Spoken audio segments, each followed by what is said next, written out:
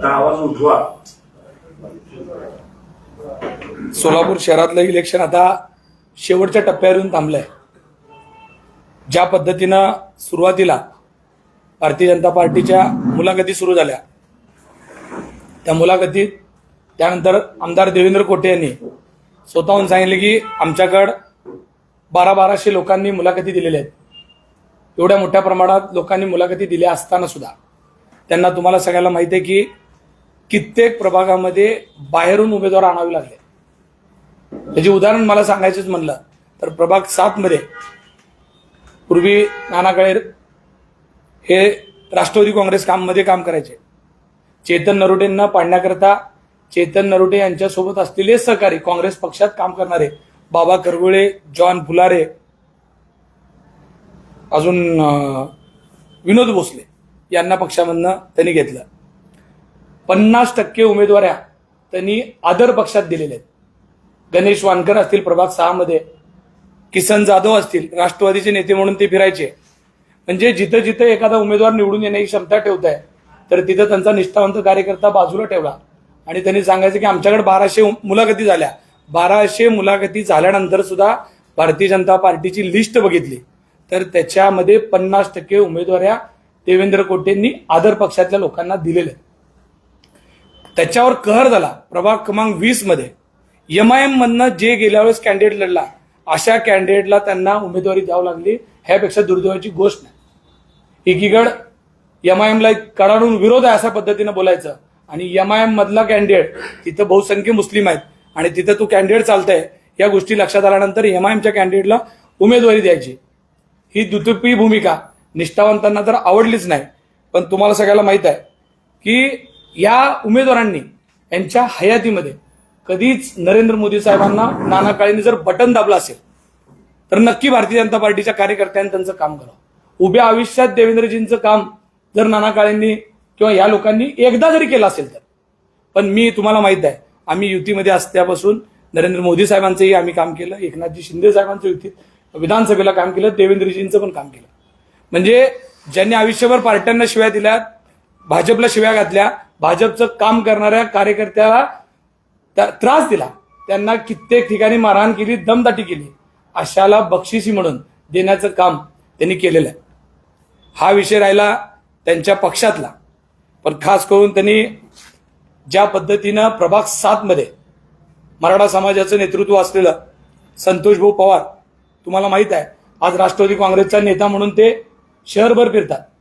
मी शिवसेनेचा जिल्हा प्रमुख म्हणून शहरभर काम करतो. आज प्रभाग 7चा जरी मी उमेदवार असलो तर तुम्हाला माहित आहे शिवसेना म्हणून मी पूर्ण जिल्हा प्रमुख या नात्यानं शहरामध्ये काम करतात. हे चेतन नरोटे असतील, हे धनगर समाजातनं येणारं नेतृत्व आहे. ह्या चेतन नरोटेंना आनंददादा चंदनशिवे हे दलित समाजातनं येणारं नेतृत्व आहे. हे नेतृत्व बाहेर आलं नाही पाहिजे, या नेतृत्वाला दाबून टाकायचं हे कोटे परिवार कायम करत आलेलं आहे. ह्याचे उदाहरण आपण बघितलेलं.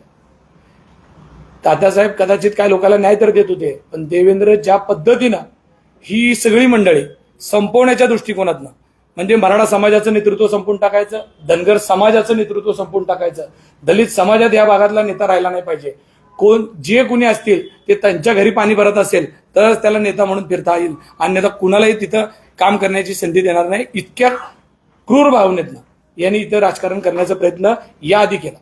तुम्हाला माहित आहे या भागात सगळ्यात तालमीचं राजकारण करत असताना एकदा 2012ला राजाभाऊ खराडेंना पत्रा तालमीला वापरलं.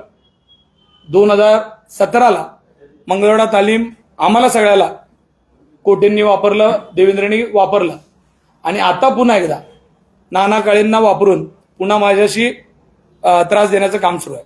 म्हणजे जर नाना काळेंना आज निवडून आणायचं असेल तर मागच्या इलेक्शनमध्ये 17ला त्यांनी कुणाला पाडलंय? नाना काळेंना पाडण्यामध्ये देवेंद्रचाच हात आहे, बरोबर ना? आमच्यावर होते त्यांनी. मग आता कुठून तुम्हाला समाजावर प्रेम आलं? जाणून बुजून समाजाची मोठी संस्था सपाटे साहेबांची जी शिवाजी महाराज प्रशाला शाळा आहे, त्या शाळेला सुद्धा देवेंद्रजींकडे प्रशासक लावण्याकरता जंग प्रचारला. म्हणजे समाजातला माणूस समाजात ठेवायचा नाही, समाजातल्या व्यक्तीला मोठं तर होऊ द्यायचंच नाही, पण ज्या काही संस्था आहेत त्याही त्याच्यावर प्रशासक बसवून समाजाच्या संस्था गिळूनकृत करण्याचं काम देवेंद्र कोटे करण्याचा प्रयत्न करत आहेत। आणि आता त्यांना राजकारणासाठी जी मंडळी लागतात त्या मंडळींना हाताशी धरायचं, त्यांना लागणाऱ्या लोकांना ताकद देण्याचा प्रयत्न करायचा आणि त्यांना नकोसं झालेल्या माणसाला पूर्ण संपवून टाकायचं, अशा पद्धतीचं राजकारण चालू आहे। माझ्या पक्षात परवाच काही मंडळींनी प्रभाग 7 मधल्या प्रवेश केला 3 दिवस ते माझ्यासोबत फिरले, माझ्यावर रॅलीत होते, माझ्यावर फिरले। लोकशाहीत इलेक्शन झालं असतं तर त्यांना कुणी अडवायला नाही पाहिजे होतं, पण दुसऱ्या दिवशी पोलिसांनी त्यांना घेऊन गेले, तिथं दिवसभर बसवलं, काही कारवाई नाही केली। परत दुसऱ्या दिवशी सांगितलं तू उद्या सकाळी 8 वाजता येऊन बसायचं। त्या पोराचा प्रवेश करून काल रॅलीमध्ये त्यांना फिरवण्याचं काम झालं।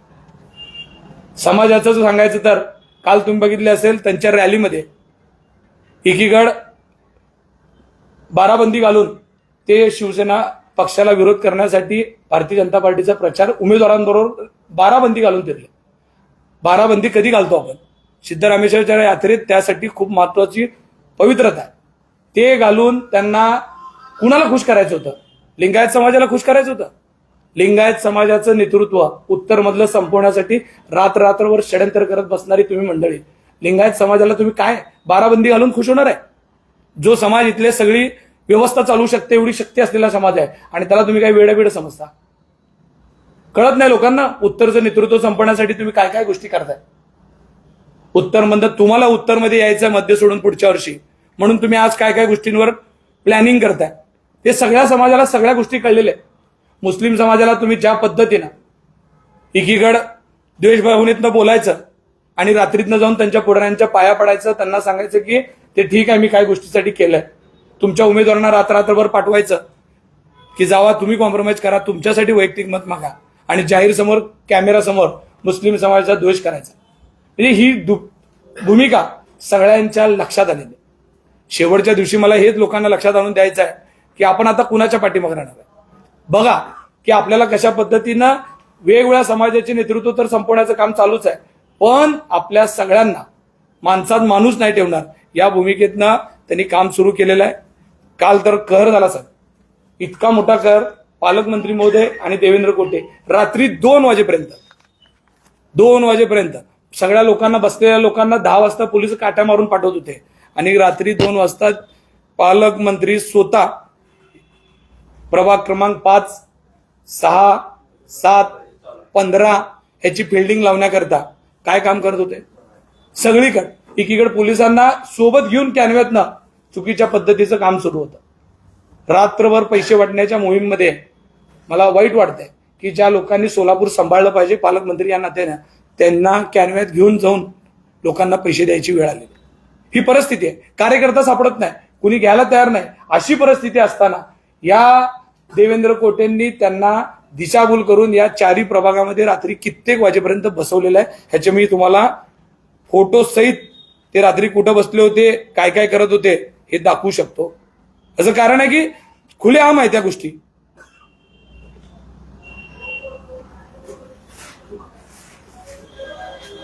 तुम्ही बघा, पालकमंत्री स्टँड एरियामध्ये पान टपरीवर बसून दोन्ही प्रभागाची फिल्डिंग लावत बसले होते।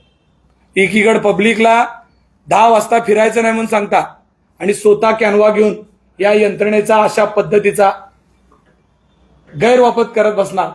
तर हे बघा, वेलकम पान शॉप वर आपल्या जिल्ह्याचा पालकमंत्री साहेब, मंत्री महोदय साहेब, आपण कधीतरी सोलापूरला यायला पाहिजे, सोलापूरचं पालक तत्व घ्यायला पाहिजे, पण तुम्ही 8 दिवस ठाम बसून देवेंद्र कोटेच्या नादी लागून तुम्हाला टपरीवर त्यांनी आणून बसवलंय या देवेंद्र कोटेंनी। ही वस्तुस्थिती, हे किती सोलापूरकरांना ही गोष्ट पटणारी आहे की रात्री पालकमंत्री महोदय स्वतः बसून अशा गोष्टी करत असतील तर इलेक्शन कुठं जाणार आहे?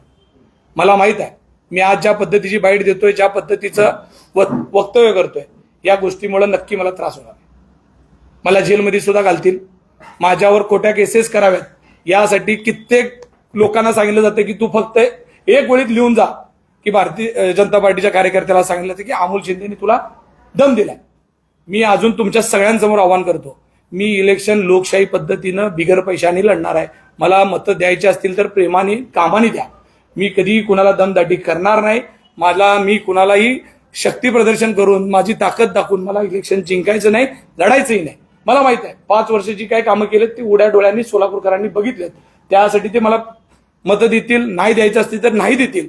पण मी सांगतो की पालकमंत्री महोदय काल देवेंद्र कोटे कित्येक लोकांना पालकमंत्र्यांना सांगत होता देवेंद्र की या माणसाला अमोल शिंदेने दम दिला.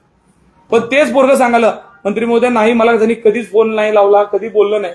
असं असताना सुद्धा माझ्यावर एक ओळीची फिर्याद देऊन मला उद्या यंत्रणेतनं बाहेर काढण्याचं मोठं षडयंत्र रचलेलं आहे. मीच नाही तर माझ्या कार्यकर्त्यांचंही मनोबल कसलं पाहिजे म्हणून उद्या कित्येक पोरांना सकाळी लिस्ट काढून दिली आहे. निराळ वस्तीतनं कुणाला घेऊन जायचं, अभिमानश्रीतनं कुणाला घेऊन जायचं. असं माझ्याच प्रभागात घडलं असं नाही. गेल्या 8 दिवसात तुम्ही बघितलं असेल कित्येक लोकांना तडीपारीच्या नोटीस आलेत आणि कोर्टाने सांगितलं की त्यांना तुम्हाला तडीपार करता येणार नाही, त्यांना मतदानला दिलं पाहिजे. काही कारण नाही. मी तर एक कार्यकर्त्याचं उदाहरण देतो. 2009ला गुन्हा दाखल झालाय शेवटचा, त्याचा 2009 नंतर एकही गुन्हा नाही आहे. त्या पोराला दिवसभर बसवलंय आणि रात्री सांगितलं 107ची नोटीस देऊन त्याला पाठवलं गेलं. जर 2009चा गुन्हेगार छोट्या केस मधला आता तुम्ही त्याला 107ची नोटीस देत असाल तर यंत्रणा काय काम करायला लागली. मग असं जर इलेक्शन घ्यायचं आहे तर मी मागं पण सांगितलंय तुम्ही यादी घ्या आणि डिक्लेअर करून टाका ना. प्रभाग क्रमांक 9 मध्ये काय घडलं? प्रभाग क्रमांक 9 मध्ये राष्ट्रवादी काँग्रेसचा उमेदवार डायरेक्ट भारतीय जनता पार्टीच्या उमेदवाराला पाठिंबा देतो. कसं होऊ शकतं? काय त्याला 2च गोष्टी केल्या असतील. त्याला एकतर दहशत दिली असेल किंवा लक्ष्मी दर्शन केलं असेल.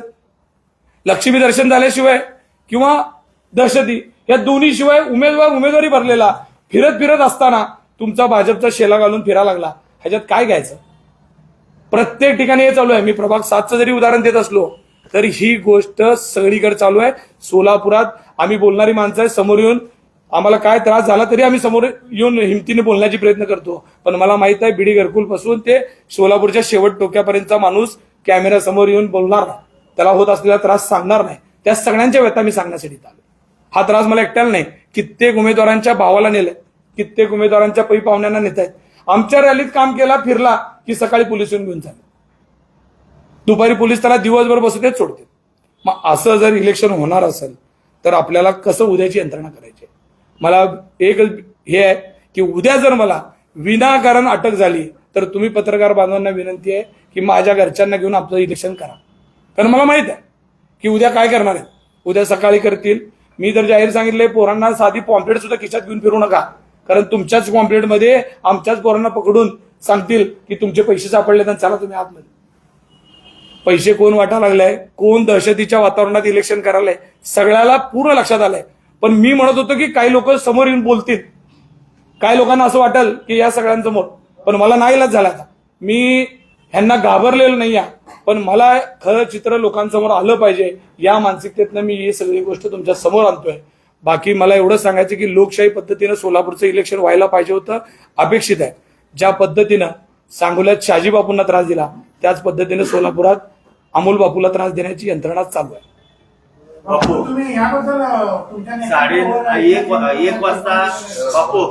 एक वाजता पालकमंत्री तुम्ही सगळ्यांना बोलून घेतले असं म्हणणार.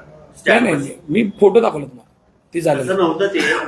नाही, मी बघितलंय, मी स्वतः बघितलेलं आहे. मी सुद्धा होते तसं नाही. ऐका, पत्रकार होते, पोलिसांना आम्हाला तुम्ही तेच सांगलो ना, पत्रकार जरी असले किंवा काही नाही, मला हरकतच नाही त्यात म्हणण्याचा उद्देश. माझं म्हणण्याचा उद्देश आहे की 4 लोक एका जागी बसले तर तुम्ही काट्या मारून रातभर हलवताय. 4 लोक बसले तर 2 पेक्षा 4 माणसं एकत्र आले तर तुम्ही काट्या मारून हाकलताय. चौकाने आमच्या माणसाला एकत्र येऊ देत नाही आणि तुमची पूर्ण यंत्रणा देवेंद्र कोटे रातभर फिरते सगळ्या बोळाबोळानी. पालकमंत्री महोदय म्हणले होते ना कालच की देवेंद्र कोटेला अशावर लढायचे काय लेवलच्या माणसाबरोबर. त्याची काय लेवल आहे ते अमोल शिंदेला चांगलं माहित आहे. माझ्याच जोडीत तो पहिलवान मोठा झालाय, 1 वर्षाचा आमदार आहे, एमआयएम बरोबर इलेक्शन लढलंय म्हणून तेवढी मतं पडलेत. जरा बी फुगायची गरज नाही. ज्या दिवशी शिवसेना बॅलेट पेपरवर असेल ना एमआयएम वर्सेस धनुष्यबाण आणि कमळ, त्यावेळेस पब्लिक कुणाला चॉईस करेल ना ते तुम्हाला सगळ्यांना माहित आहे. तुम्ही फुगीर पद्धतीनं राहू नका की एमआयएम बरोबर इलेक्शन लोकांनी स्वीकारलं, एमआयएम नको म्हणून तुम्हाला टाकलेली मतं म्हणजे काय तुमची मतं नाहीत. याच इलेक्शनमध्ये चॅलेंज आहे माझं. मध्यमध्ये शिवसेना पक्षाचे किती उमेदवार निवडून येतील हे तुम्ही जाहीर सांगतो. तुम्ही काळजी ना मध्यमधल्या उमेदवारांची करावं. तुमच्या मतदारसंघात किती लोक निवडून येणार आहेत? तुमची सासू नाही पाडली ना तर नावाचा अमोल शिंदे नाही एवढं जाहीर सांगतो. तिथंच नेऊन त्याच मतदारसंघात पाडतो, एवढं मी सांगतो. लक्ष तिथं द्या. बापू, तुम्ही ह्याच्याबद्दल एकनाथ शिंदेना काही कल्पना दिली का? उपमुख्यमंत्री तुमचे नेते या मी सोलापुरात असं चाललेलं आहे. वारंवार आमच्या नेत्यांच्या कानावर घालण्याचा प्रयत्न केला, पण तुम्हा सगळ्यांना माहिती आहे की आमचे शिंदे साहेब कालच त्यांनी बाईट पाठवली सोलापूरला. ते किती बिझी आहेत, ते त्यांना व्याप किती आहे, तरी त्यांनी योगेश कदम साहेबांच्या माध्यमातून यंत्रणेला सांगितलं होतं की आमच्या लोकांना हॅरेसमेंट तरी करू नका, बाकी राहू द्या. पण सत्ता येते, सत्ता जात असते. काही खाती तुमच्याकडे असतील, काही लोकांना पालकमंत्रीपद तुमच्याकडे आहे. या सगळ्या गोष्टींमुळे यंत्रणा वापरण्याचं काम चालू आहे. आमच्या लोकांच्याही लक्षात घातलेलं आहे. कदाचित आज न उद्या या गोष्टींचं हे सुद्धा होईल, पण त्यांना फक्त वेळ मारून न्यायची. त्यांना कुठलीही गोष्ट करायची नाही. मी सांगतो ना, मला काही जेलमध्ये किती दिवस घालू शकते, कुणालाही जेलमध्ये घालणार नाहीत. पोरांना मी विनंती करतो, कुणी घाबरू नका. कुठल्याही सोलापूर शहरातल्या माणसाला जेलमध्ये पोलिस ठेवू शकत नाहीत, कारण गुन्हाच केला नाही तर कशाचं जेलमध्ये घालणार. तुम्हाला फक्त घेऊन चाललेत आणि दिवसभर बसवणार आणि तुमची यंत्रणा तोडणार, एवढंच चाललंय. चेतन मेंबरच्या वाडात किती लोकांना नेलंय, पूर्व भागातल्या कित्येक लोकांना नेलंय. या सगळ्यांना न्यायचं, बसवायचं आणि त्याच्यानंतर संध्याकाळी सोडायचं. इलेक्शन जिंकण्यासाठी आहे, उद्याचा दिवस, आजचा दिवस यंत्रणा तोडण्यासाठी ही गोष्ट. पण कायदा काय कुणाच्या घरातला नाही आहे. कायद्यात जी तरतूद आहे त्याच तरतुदीने ठेवावं लागेल आपल्याला. पण आम्हाला एकच म्हणायचं की भारतीय जनता पार्टीच्या कार्यकर्त्याला, देवेंद्र कोट्यांच्या चमच्यांना वेगळा कायदा आणि आम्हा सर्व लोकांना वेगळा कायदा का? मी पोलीस कमिशनर एम राजकुमार, कलेक्टर साहेबांना, महापालिका आयुक्तांना विनंती करतो, साहेब तुम्ही कितीही केला तर प्रशासकीय मोठे अधिकारी आहेत, तुमच्यावर खूप मोठी शहराची जबाबदारी. आपण शहरातल्या लोकांना ट्रान्सपरंट पद्धतीचं इलेक्शन लोकांना द्यावं, याकरता तुम्ही प्रयत्न करावा अशी माझी विनंती आहे.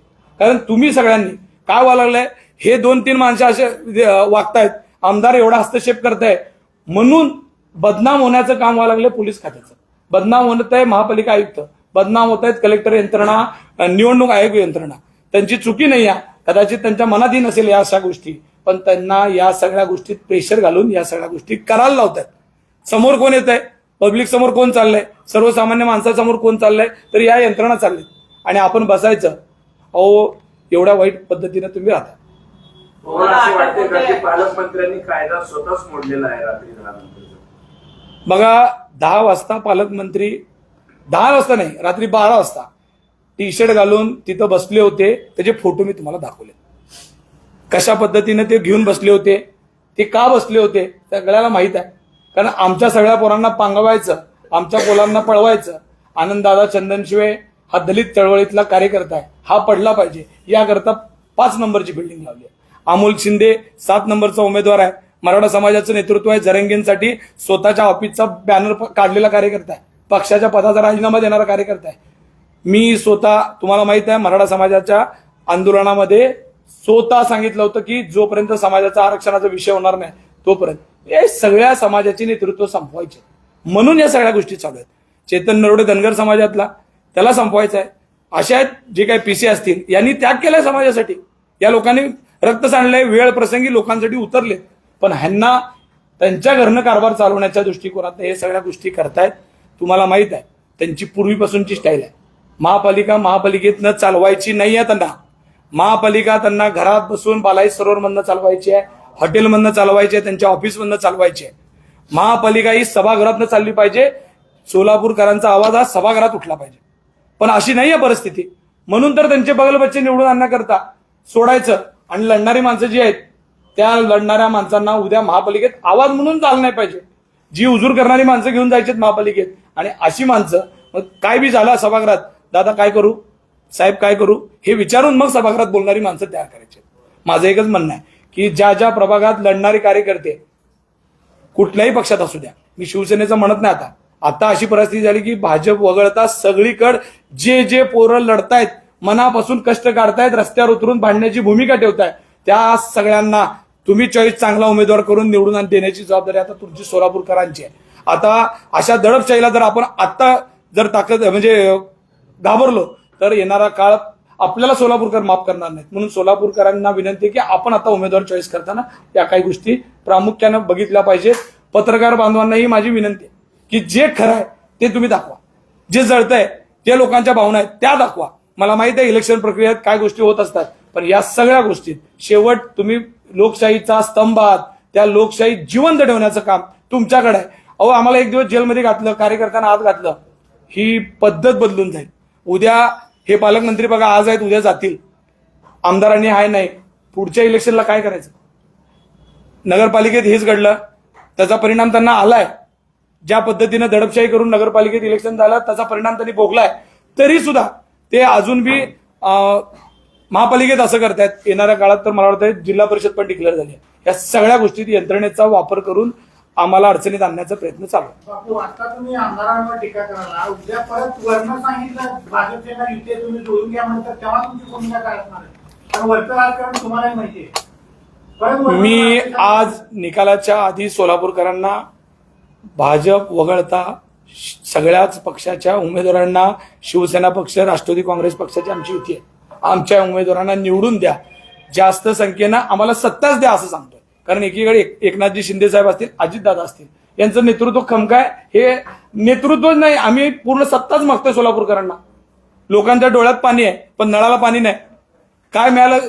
गेली 9 वर्ष झालं या आमदारांचा वाद बघण्या सोडून, आणि आता ते तर लई छोटा विषय होता, हा तिसरा आमदार येऊन तर पाक परिस्थितीच बदलून टाकली आहे, हे तुम्हाला सगळ्यांना माहित आहे. तुम्हाला उद्या अटक होईल ही शक्यता तुम्ही वर्तवली, कशाच्या आधारे तुम्ही? ज्या पद्धतीनं गेल्या 8 दिवसात माझ्यासोबत फिरणाऱ्या पोरांना पोलीस स्टेशनला बोलवलं जात आहे, त्यांच्यावर 107 जुन्या कुठल्या तरी केसेस काढून त्यांच्यावर त्रास दिला जात आहे. मला माहिती आहे की माझी यंत्रणा खिळखिळी करण्याकरता कुठला तर छोटा मोठा गुन्हा दाखल करण्याचा कुणाला तर सांगतील, तुम्हा पत्रकारांना कळाच्या आत ते मला अटक पण करून आत नेऊन ठेवतील, आणि मला माहित आहे दुसऱ्या संध्याकाळी मला सोडून पण देतील. मलाच नाही तर माझ्यासारख्या 50 कार्यकर्त्यावर असं होणार आहे. आणि ही माझ्याच प्रभागात हे घडेल असं नाही. मी सोलापुरातल्या सर्वच उमेदवारांना जे जे इलेक्शनच्या रिंगणात आहेत त्या सगळ्यांना विनंती करतो, कुठेही तुम्ही दहशत करू जाऊ नका. आपल्याबरोबर कुणी नाही या, यंत्रणा नाही या.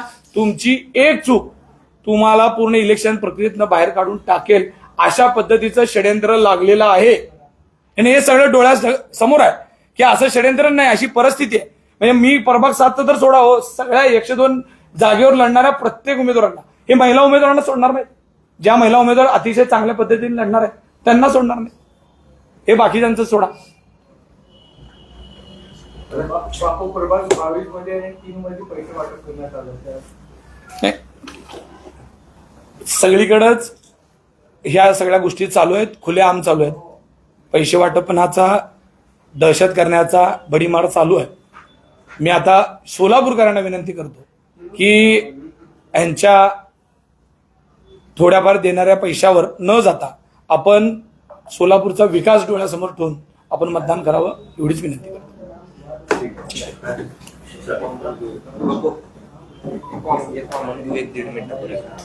नाही आता